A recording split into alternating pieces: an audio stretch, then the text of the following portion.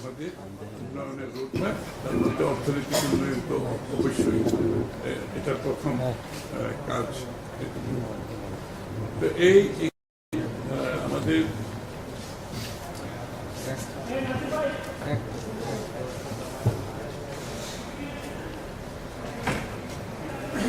প্রধান এই 5-year strategic framework for reform and ডেভেলপমেন্টের প্রথম স্তম্ভ হচ্ছে রাষ্ট্র ব্যবস্থার সংস্কার ও এই বিচার ও আইনগত সেবা সম্প্রসারণ, প্রশাসনিক ডিজিটালাইজেশন, আইন প্রয়োগকারী সংস্থার সক্ষমতা বৃদ্ধি, সরকারি বিনিয়োগ ব্যবস্থাপনা আধুনিকীকরণের উপর গুরুত্ব দেওয়া হয়েছে।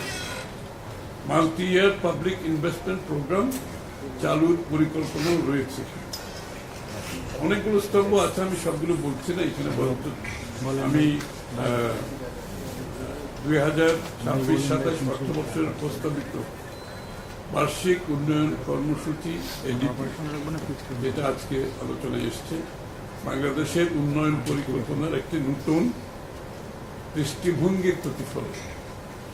জাতীয় অর্থনৈতিক পরিষদে এনএসি উপস্থাপিত এই এডিপি শুধু অবকাঠামোগত উন্নয়ন নয়, বরং রাষ্ট্রীয় সংস্কার, বৈষম্যহীন সমাজ গঠন, টেকসই অর্থনীতি এবং আঞ্চলিক ভারসাম্য প্রতিষ্ঠার একটি সমন্বিত রূপরেখা তুলে ধরা হয়েছে।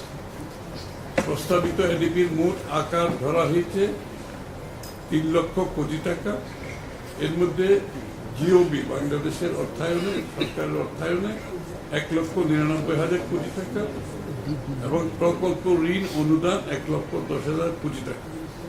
চলমান অর্থ বছরের তুলনায় এটি বড় আকারের উন্নয়ন কর্মসূচি, যা সরকারের বিনিয়োগ ও বাস্তবায়ন সক্ষমতা বৃদ্ধির ইঙ্গিত।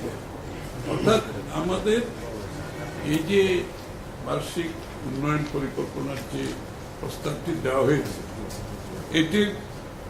এটাতে আমরা ধরে নিয়েছি একটি নির্বাচিত সরকারের সক্ষমতা অনেক বেশি থাকবে, এফিসিয়েন্সি অনেক বেশি থাকবে এবং এটার বাস্তবায়ন ক্ষমতাও বেশি হবে।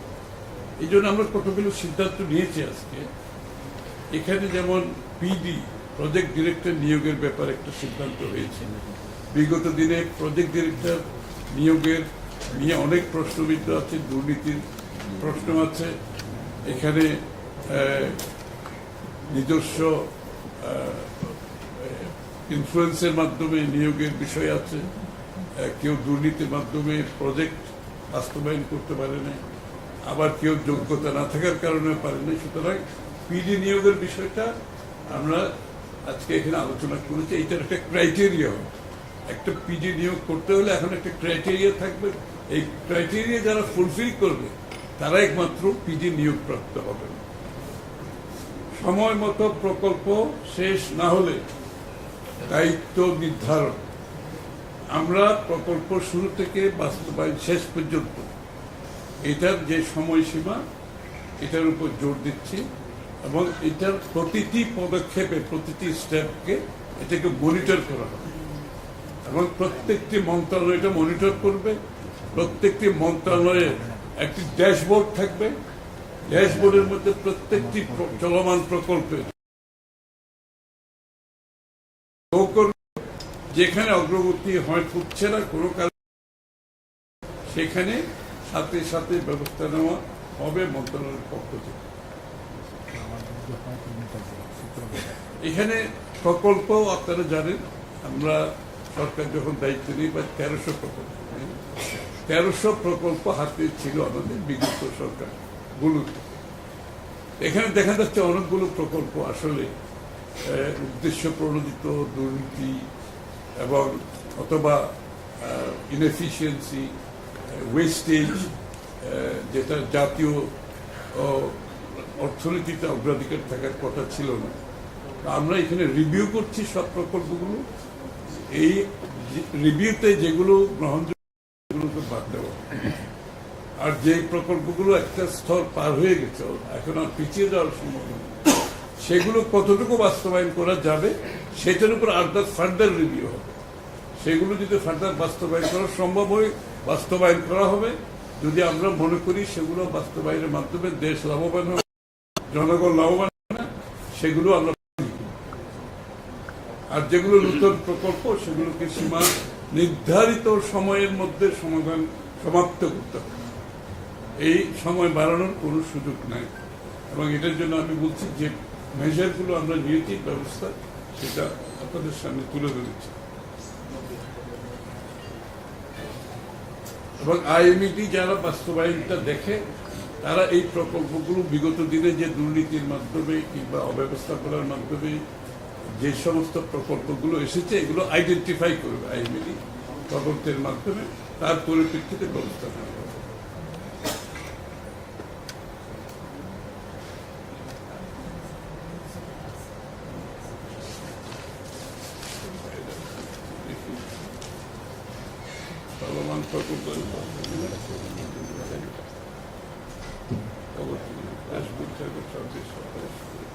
আগামী বছর শেষ। এই হলো মোট আজকের সিদ্ধান্ত।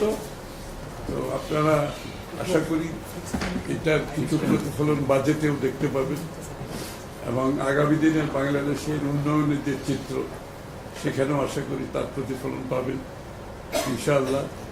আমরা মনে করি যে এই প্রকল্পগুলো নতুনভাবে হবে সেগুলো তো সময় মতো শেষ করতে হবে, আর যেগুলো আমরা বিগত দিন থেকে পেয়েছি এই অসমাপ্ত কাজগুলো কতটুকু সমাপ্ত করবে সেগুলো রিভিউর মাধ্যমে সমাধান হবে, আর যেগুলো আসলে প্রয়োজনীয়তা নাই সেগুলো বাদ দেওয়া হবে। এই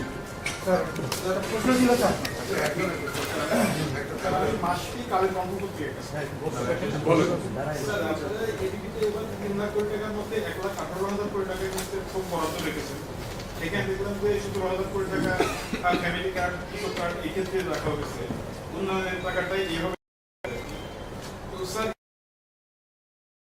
দেখি নাই। এটা নিয়ে আসলে প্ল্যান কি? স্বাস্থ্য শিক্ষা দেখলাম বেশি বড়, প্ল্যানটা খুব সহজ। প্ল্যান আছে কিনা? প্ল্যানটা খুব সহজ। শিক্ষা স্বাস্থ্য খাতে বরাদ্দ প্রায় দেওয়া হয়ে গেছে, যেগুলো এলজিআরডি খাতে বরাদ্দ দেওয়া হয়ে গেছে। তারপরে আমি যেটা বলেছি আপনারা খেয়াল করেছেন কি, বিগত দিনে যে প্রকল্পগুলো আছে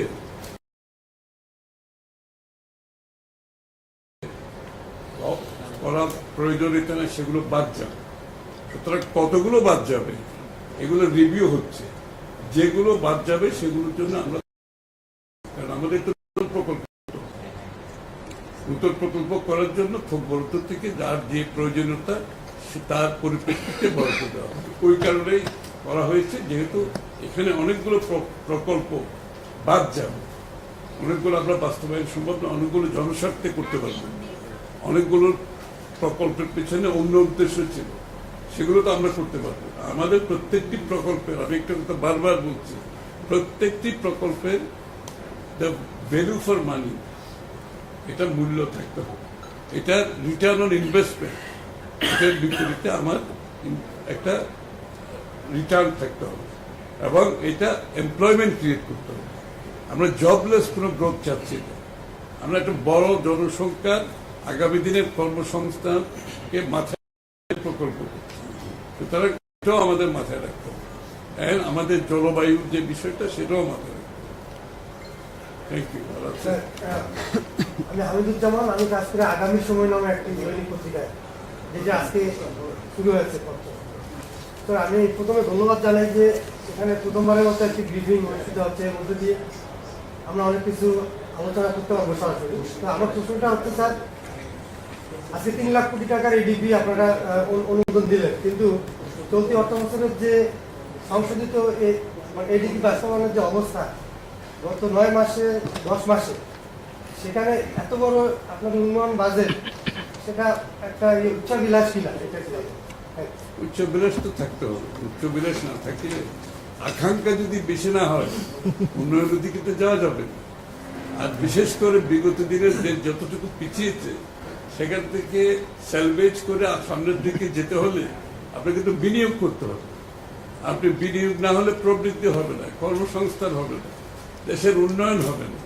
সুতরাং আমাদের সেই কনফিডেন্স আছে, আমরা সেটা বাস্তবায়ন করতে পারবো বিধায় আমরা প্রকল্প এত বড় একটা ডেভেলপমেন্ট বাজেট করেছি। সকলের সহযোগিতায়, সততার মাধ্যমে, প্রফেশনালিজমের মাধ্যমে এটা করা সম্ভব। আপনার এটা হচ্ছে একটা গভর্নমেন্টের কমিটমেন্টের ব্যাপার, এবং আপনারা দেখতে পাচ্ছেন 3 মাসের মধ্যে একটি সরকার কতগুলো সিদ্ধান্ত নিয়েছে, কতগুলো সিদ্ধান্ত বাস্তবায়ন করেছে 3 মাসের মধ্যে।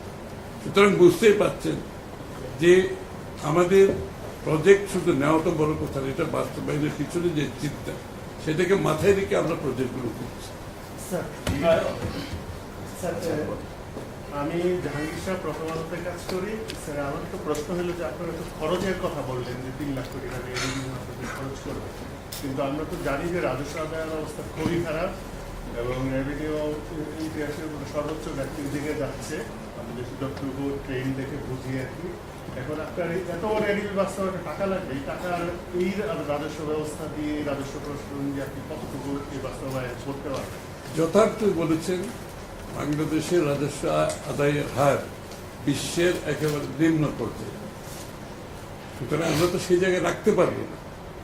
একটা দেশ যখন সামনের দিকে এগিয়ে যাবে, যে অর্থায়ন করতে হলে সেটা আমাদেরকে অবশ্যই বাড়াতে হবে, এবং এটার জন্য আমরা এনবিআর এর একটা রিফর্ম প্রোগ্রামে যাচ্ছি, এবং এগুলো রাজস্ব আদায়ের ক্ষেত্রে আমাদের নেটওয়ার্ক যেটা, সেটা আমরা বড় করতে যাচ্ছি। বহুদিন নেটওয়ার্কের কথা শোনা গেছে, কিন্তু নেটওয়ার্ক বড় হয়, ঘুরে ফিরে যারা আছে তারাই টেক দিচ্ছে, তাদের উপর বারবার চাপ সৃষ্টি হচ্ছে। এই জন্য আমাদের নেটওয়ার্ক আমরা বৃদ্ধি করতে যাচ্ছি, আপনারা দেখতে পাবেন, এবং মেবি অনেকে লোভ একটা ইনকাম ট্যাক্স দিয়ে তারা নেটওয়ার্কে আসবে, এবং যাতে করে আসে আমরা সবাইকে এনকারেজ করতেছি। যত বেশি লোককে আমরা নেটওয়ার্কে আনতে পারবো তাদের জন্য সুবিধা, কারণ রাজস্ব আদায় যত বেশি হবে তাদের এটার বেনিফিট জনগণের কাছে যাবে। এটা তো নির্বাচিত সরকার, আগে বেনিফিট গিয়েছে কিছু লোকের পকেটে, এখন বেনিফিট যাবে বাংলাদেশের মানুষের কাছে। সুতরাং এখানে একটা ইনসেন্টিভ থাকবে। আর রাজস্ব আদায়ের জন্য যে জায়গাগুলো বাইরে ছিল সেগুলোকে আমরা এবার নিয়ে এসছি আমাদের আওতার মধ্যে। সব কিছু মিলিয়ে আমি বলবো না এটা যে আমরা একটা বড় ধরনের একটা এখানে ইয়ে হবে, মানে প্রবৃদ্ধি হবে। এটা প্রবৃদ্ধি হবে ক্রমান্বয়ে, তবে এটা আমাদের বাজেটে করার সময় মাথায় রেখে কতটুকু প্রবৃদ্ধি হতে পারে, এবং এটাকে মাথায় রেখে আমরা বাজেট প্রস্তাব করেছি। আশা করি আগামী দিনে এটা যত বাড়বে আমাদের প্রবৃদ্ধির হারও বাড়বে, আমাদের বিনিয়োগও বাড়বে, আমাদের কর্মসংস্থানও বাড়বে। বলছিলেন এবার বিশেষ করে দিচ্ছে যে সামাজিক খাতে যে বরাদ্দ বাড়ানো বিভিন্ন কার্ড বিভাগে, তো অনেকেই বলছেন যে এই কার্ডগুলো যদি একটি কার্ডের মধ্যে হয়, সামাজিক কার্ড, যে সংস্থা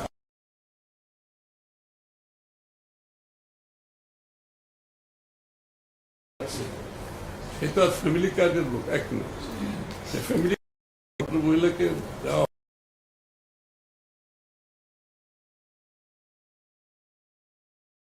হতে হবে, তাই না? বেনিফিট গুলো তো আলাদা আলাদা, এবং আমরা সমাজের যে সমস্ত জায়গায় এই বেনিফিট গুলো টার্গেটেড ওয়েতে আমরা কিনে দিচ্ছি। আবার কিন্তু একটা জিনিস আমি বলি, রিপিটেশন হচ্ছে, যারা হয়তো একটা পাচ্ছে আবার ফ্যামিলি কার্ডও পাচ্ছে, তারা হয়তো সেটা বাদ যাবে।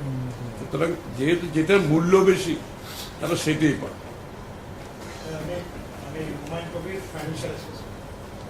আমার কোশ্চেন আবার একটু রিপিট করতে বলছি যে আপনারা এত উচ্চাভিলাষী একটা বাজেট দিন, প্রায় 53% investment from the last current years revise budget, এইটা কি শুধুমাত্র আপনারা